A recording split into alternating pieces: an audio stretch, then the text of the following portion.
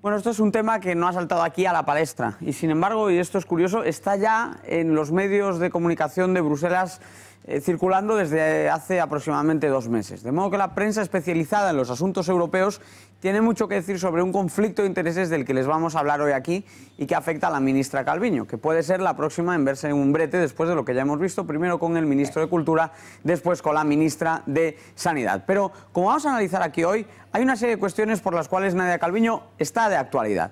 Básicamente que ha estado callada todo el verano, pero en cuanto ha abierto la boca ha subido el pan, porque esta misma semana anunciaba subidas fiscales mucho más importantes de las que principalmente se habían anunciado. O sea, que ya saben que aquí les tenemos a casi día a día informando con el impuestómetro. Pues parece que nos hemos quedado cortos. A partir de estas declaraciones de Nadia Calviño se anticipa una subida que afectaría mucho más a los bolsillos. También ha habido directamente una acusación a la oposición, ha tildado de irresponsables las propuestas de bajar los impuestos, a pesar de que la recaudación está aumentando a tasas del 6%.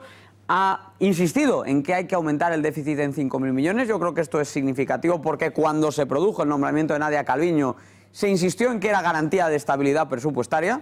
Parece que no casa del todo con la idea de aumentar el déficit en 5.000 millones. Ya saben ustedes además que lo que el 31 de diciembre es déficit, el 1 de enero se convierte en deuda, o sea que esto es mochila para nosotros y nuestros hijos, y que además la ministra ha negado esta semana, lo cual es bastante curioso, era uno de los temas que nos ocupaba aquí la semana pasada, que la sanidad universal, el gratis total para inmigrantes ilegales, para turistas que vienen de turismo sanitario a España, que suponga un coste adicional. Es más, de hecho, entre medio en broma, medio en serio, ha dicho que hasta podría suponer un ahorro. Yo no sé de dónde eso lo ha sacado. Lo que está claro es que no ha aportado ni un solo dato para respaldar esta afirmación y que los propios informes del Tribunal de Cuentas dicen algo muy distinto. Pero les estábamos anticipando, les estábamos cebando esta cuestión. Ese conflicto de intereses, ¿qué ha pasado con Nadia Calviño en Bruselas? Nadia Calviño era la directora de presupuestos de la Unión Europea y en el momento en el que se produce su nombramiento no ha cesado en el cargo, Gonzalo. Lo que ha hecho la ministra de Economía es anunciar que pide una excedencia, pedir una excedencia en su trabajo y no se ha retirado, por lo tanto, a título nominal sigue siendo depositaria de ese cargo, del cual se ha apartado solamente con una excedencia. Es decir, ella no ha dejado su cargo, simplemente ha pedido una excedencia para dejar de ser la directora general de presupuestos de la Unión Europea. Claro, esto conlleva un problema muy importante, porque todos los años España se juega 125.000 millones en las negociaciones de Bruselas. Y Nadia Calviño, con su decisión de no dejar su puesto, de no cesar como directora de presupuestos, sino simplemente pedir una excedencia, no va a poder sentarse en esas mesas de negociación.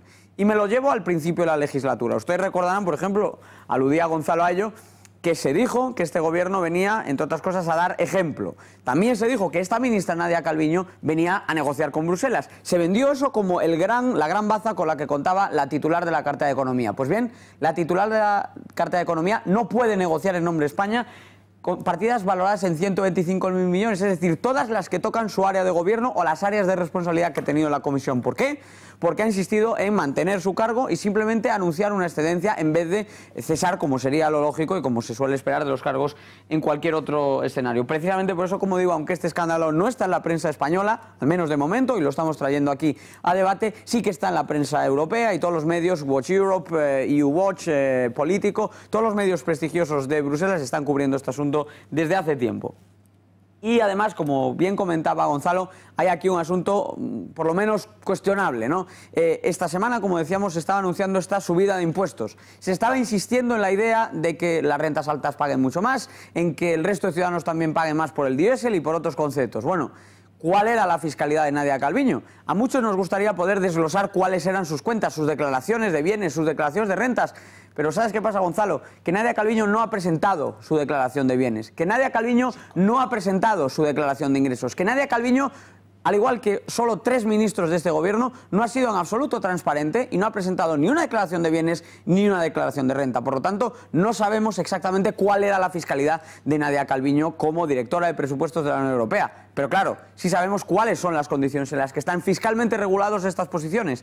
Y lo que sabemos es que en vez de moverse en esa horquilla habitual que conocemos del 50-60%, que es la que la propia ministra está proponiendo para las rentas altas españolas, durante más de una década se ha estado beneficiando de un sueldo de 215.000 euros, que aquí obviamente, según las propuestas de su partido, tributarían a un 56%, pero que en Bruselas tienen una tasa reducida, que oscila entre un 8 y un 40% y se mueve en promedio, según los informes de la Comisión Europea, en el entorno del 20%, es decir, pagando un 20% de media los altos cargos, que cada uno se pueden aplicar distintas deducciones. Por ejemplo, por cada hijo, y Nadia Calviño tiene 4, una deducción de 7.000 euros. O, por ejemplo, también distintas deducciones de hasta 16.000 euros por estar desplazada viviendo en Bruselas, a pesar de que toda su carrera profesional se ha desarrollado allí. De modo que hay algo aquí que no casa, una tremenda hipocresía. Toda esta gente que está defendiendo subir y subir los impuestos y que ha estado viviendo de facto en un paraíso fiscal, porque el régimen privilegiado que tenía a nivel tributario Nadia Calviño choca del todo con el tipo de fiscalidad que quiere imponer las rentas altas. Gonzalo.